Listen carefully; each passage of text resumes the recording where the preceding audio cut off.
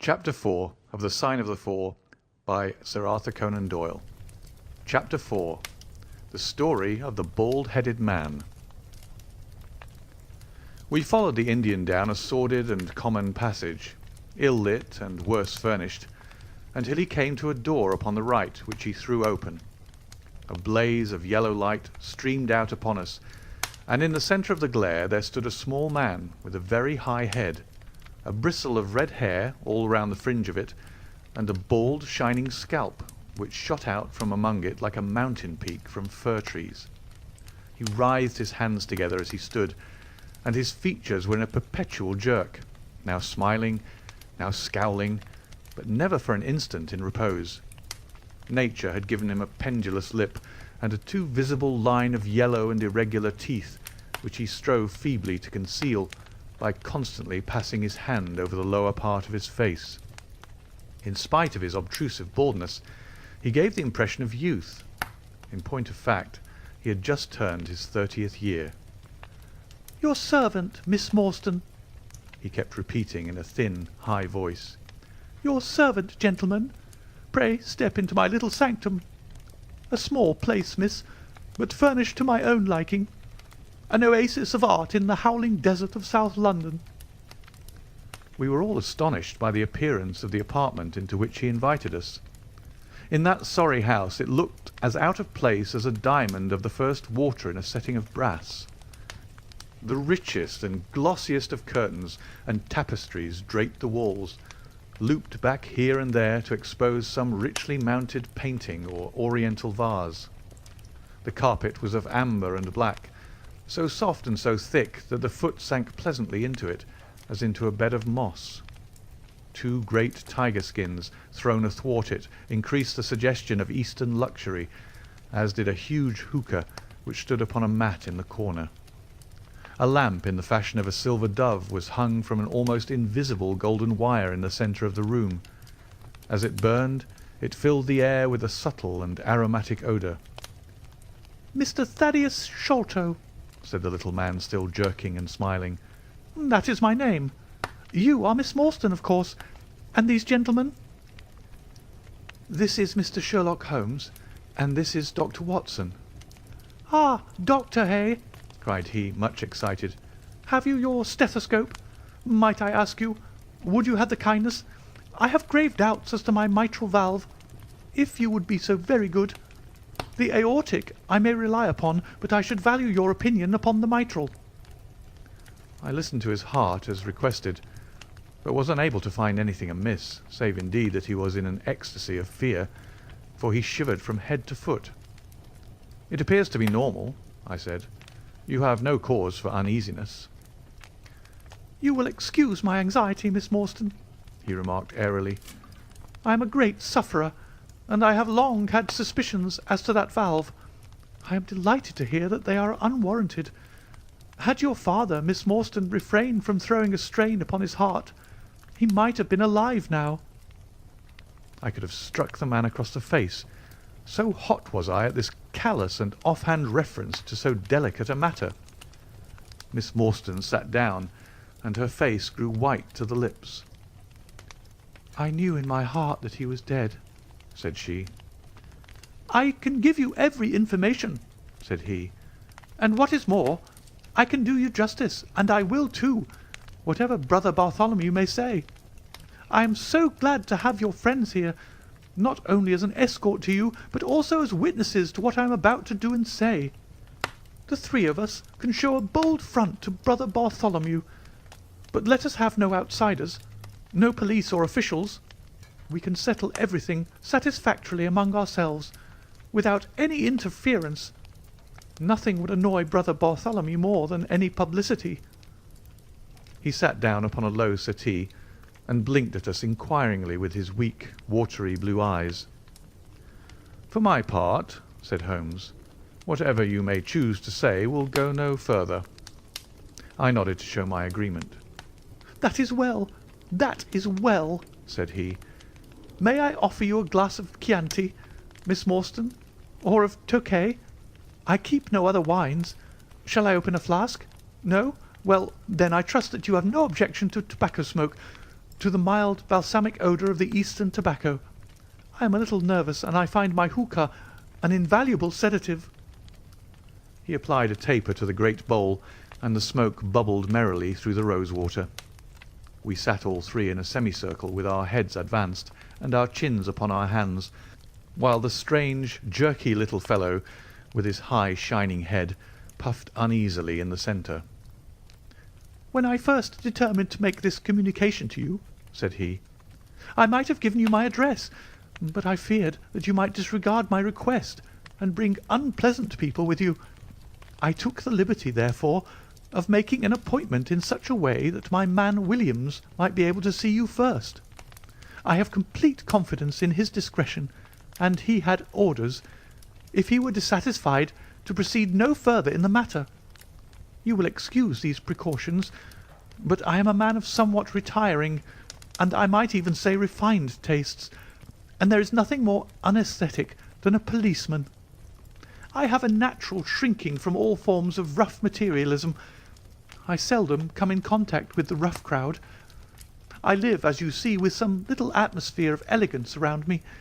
I may call myself a patron of the arts. It is my weakness. The landscape is a genuine Corot, and though a connoisseur might perhaps throw a doubt upon that Salvator Rosa, there cannot be the least question about the Bouguereau. I am partial to the modern French school." "You will excuse me, Mr. Sholto," said Miss Morstan, "but I am here at your request to learn something which you desire to tell me. It is very late, and I should desire the interview to be as short as possible." "At the best it must take some time," he answered, "for we shall certainly have to go to Norwood and see Brother Bartholomew. We shall all go and try if we can get the better of Brother Bartholomew. He is very angry with me for taking the course which has seemed right to me. I had quite high words with him last night. You cannot imagine what a terrible fellow he is when he's angry." "If we're to go to Norwood, it would perhaps be as well to start at once," I ventured to remark. He laughed until his ears were quite red. "That would hardly do," he cried. "I don't know what he would say if I brought you in that sudden way. No, I must prepare you by showing you how we all stand to each other. In the first place, I must tell you that there are several points in the story of which I am myself ignorant. I can only lay the facts before you as far as I know them myself. My father was, as you may have guessed, Major John Sholto, once of the Indian Army. He retired some 11 years ago and came to live at Pondicherry Lodge in Upper Norwood. He had prospered in India and brought back with him a considerable sum of money, a large collection of valuable curiosities, and a staff of native servants. With these advantages he bought himself a house and lived in great luxury. My twin brother Bartholomew and I were the only children. I very well remember the sensation which was caused by the disappearance of Captain Morstan. We read the details in the papers, and, knowing that he had been a friend of our father's, we discussed the case freely in his presence. He used to join in our speculations as to what could have happened. Never for an instant did we suspect that he had the whole secret hidden in his own breast, that of all men he alone knew the fate of Arthur Morstan. We did know, however, that some mystery, some positive danger, overhung our father. He was very fearful of going out alone, and he always employed 2 prize fighters to act as porters at Pondicherry Lodge. Williams, who drove you tonight, was one of them. He was once lightweight champion of England. Our father would never tell us what it was he feared, but he had a most marked aversion to men with wooden legs. On one occasion he actually fired his revolver at a wooden-legged man, who proved to be a harmless tradesman canvassing for orders. We had to pay a large sum to hush the matter up. My brother and I used to think this is a mere whim of my father's, but events have since led us to change our opinion. Early in 1882, my father received a letter from India, which was a great shock to him. He nearly fainted at the breakfast table when he opened it. and from that day he sickened to his death. What was in the letter we could never discover, but I could see as he held it that it was short and written in a scrawling hand. He had suffered for years from an enlarged spleen, but he now became rapidly worse, and towards the end of April we were informed that he was beyond all hope, and that he wished to make a last communication to us. When we entered his room, he was propped up with pillows and breathing heavily. He besought us to lock the door and to come upon either side of the bed. Then, grasping our hands, he made a remarkable statement to us. In a voice which was broken as much by emotion as by pain, I shall try and give it to you in his own very words. "I have only one thing," he said, "which weighs upon my mind at this supreme moment. It is my treatment of poor Morstan's orphan. The cursed greed which has been my besetting sin through life has withheld from her the treasure, half at least of which should have been hers, and yet I have made no use of it myself. So blind and foolish a thing is avarice. The mere feeling of possession has been so dear to me that I could not bear to share it with another. See that chaplet dipped with pearls beside the quinine bottle? Even that I could not bear to part with, although I had got it out with the design of sending it to her. You, my sons, will give her a fair share of the Agra treasure, but send her nothing, not even the chaplet, until I am gone. After all, men have been as bad as this, and have recovered. I will tell you how Morstan died," he continued. "He had suffered for years from a weak heart, but he concealed it from everyone. I alone knew it. When in India, he and I, through a remarkable chain of circumstances, came into possession of a considerable treasure. I brought it over to England, and on the night of Morstan's arrival, he came straight over here to claim his share. He walked over from the station and was admitted by my faithful Lal Chowdar, who is now dead. Morstan and I had a difference of opinion as to the division of the treasure, and we came to heated words. Morstan had sprung out of his chair in a paroxysm of anger when he suddenly pressed his hand to his side, his face turned a dusky hue, and he fell backwards, cutting his head against the corner of the treasure chest. When I stooped over him, I found to my horror that he was dead. For a long time I sat half distracted, wondering what I should do. My first impulse was, of course, to call for assistance, but I could not but recognize that there was every chance that I would be accused of his murder. His death at the moment of a quarrel, and the gash in his head, would be black against me. Again, an official inquiry could not be made without bringing out some facts about the treasure, which I was particularly anxious to keep secret. He had told me that no soul upon earth knew where he had gone. There seemed to be no necessity why any soul ever should know. I was still pondering over the matter, when, looking up, I saw my servant Lal Chowdar in the doorway. He stole in and bolted the door behind him. "Do not fear, Sahib," he said. "No one need know that you have killed him. Let us hide him away, and who is the wiser?" "I did not kill him," said I. Lal Chowdar shook his head and smiled. "I heard it all, Sahib," said he. "I heard you quarrel, and I heard the blow. But my lips are sealed. All are asleep in the house. Let us put him away together." That was enough to decide me. If my own servant could not believe my innocence, how could I hope to make it good before 12 foolish tradesmen in a jury box? Lal Chowdar and I disposed of the body that night, and within a few days the London papers were full of mysterious disappearance of Captain Morstan.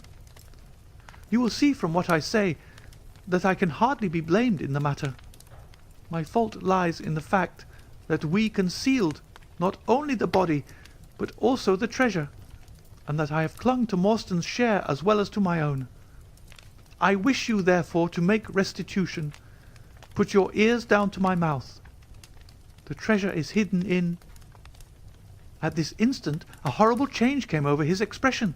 His eyes stared wildly, his jaw dropped, and he yelled in a voice which I can never forget, "Keep him out! For Christ's sake, keep him out!" We both stared round at the window behind us, upon which his gaze was fixed.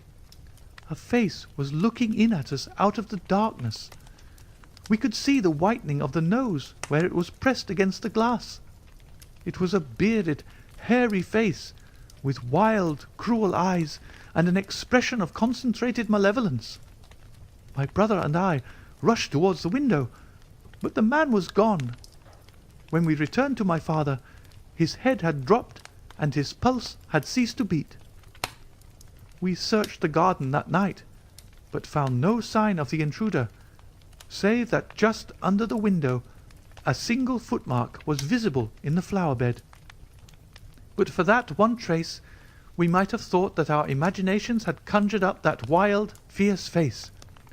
We soon, however, had another and a more striking proof that there were secret agencies at work all round us. The window of my father's room was found open in the morning. His cupboards and boxes had been rifled, and upon his chest was fixed a torn piece of paper with the words, "The sign of the four," scrawled across it. What the phrase meant, or who our secret visitor may have been, we never knew. As far as we can judge, none of my father's property had been actually stolen, though everything had been turned out. My brother and I naturally associated this peculiar incident with the fear which haunted my father during his life, but it is still a complete mystery to us. The little man stopped to relight his hookah and puff thoughtfully for a few moments. We had all sat absorbed, listening to his extraordinary narrative. At the short account of her father's death, Miss Morstan had turned deadly white, and for a moment I feared that she was about to faint. She rallied, however, on drinking a glass of water which I quietly poured out for her from a Venetian carafe upon the side table. Sherlock Holmes leaned back in his chair with an abstracted expression and the lids drawn low over his glittering eyes. As I glanced at him, I could not but think how on that very day he had complained bitterly of the commonplaceness of life. Here at least was a problem which would tax his sagacity to the utmost. Mr. Thaddeus Sholto looked from one to the other of us with an obvious pride at the effect which his story had produced, and then continued between the puffs of his overgrown pipe. My brother and I, said he, were, as you may imagine, much excited as to the treasure which my father had spoken of. For weeks and for months we dug and delved in every part of the garden without discovering its whereabouts. It was maddening to think that the hiding-place was on his very lips at the moment that he died. We could judge the splendour of his missing riches by the chaplet which he had taken out. Over this chaplet my brother Bartholomew and I had some little discussion. The pearls were evidently of great value, and he was averse to part with them, for between friends my brother was himself a little inclined to my father's fault. He thought, too, that if we parted with the chaplet, it might give rise to gossip, and finally bring us into trouble. It was all that I could do to persuade him to let me find out Miss Morstan's address, and send her a detached pearl, at fixed intervals, so that at least she might never feel destitute. "It was a kindly thought," said our companion earnestly. "It was extremely good of you." The little man waved his hand deprecatingly. "We were your trustees," he said. "That was the view which I took of it, though brother Bartholomew could not altogether see it in that light. We had plenty of money ourselves. I desired no more. Besides, it would have been such bad taste to have treated a young lady in so scurvy a fashion. Le mauvais goût mène au crime. The French have a very neat way of putting these things. Our difference of opinion on this subject went so far that I thought it best to set up rooms for myself. So I left Pondicherry Lodge, taking the old Khitmutgar and Williams with me. Yesterday, however, I learn that an event of extreme importance has occurred. The treasure has been discovered. I instantly communicated with Miss Morstan, and it only remains for us to drive out to Norwood and demand our share. I explained my views last night to Brother Bartholomew, so we shall be expected, if not welcome, visitors." Mr. Thaddeus Sholto ceased, and sat twitching on his luxurious settee. We all remained silent, with our thoughts upon the new development which the mysterious business had taken. Holmes was the first to spring to his feet. "You have done well, sir, from first to last," said he. "It is possible that we may be able to make you some small return by throwing some light upon that which is still dark to you. But, as Miss Morstan remarked just now, it is late, and we had best put the matter through without delay." Our new acquaintance very deliberately coiled up the tube of his hookah, and produced from behind a curtain a very long, befrogged topcoat with astrakhan collar and cuffs. This he buttoned tightly up in spite of the extreme closeness of the night, and finished his attire by putting on a rabbit-skin cap with hanging lappets which covered the ears, so that no part of him was visible save his mobile and peaky face. "My health is somewhat fragile," he remarked, as he led the way down the passage. "I am compelled to be a valetudinarian." Our cab was awaiting us outside, and our programme was evidently prearranged, for the driver started off at once at a rapid pace. Thaddeus Sholto talked incessantly, in a voice which rose high above the rattle of the wheels. "Bartholomew is a clever fellow," said he. "How do you think he found out where the treasure was? He had come to the conclusion that it was somewhere indoors. So he worked out all the cubic space of the house and made measurements everywhere, so that not 1 inch should be unaccounted for.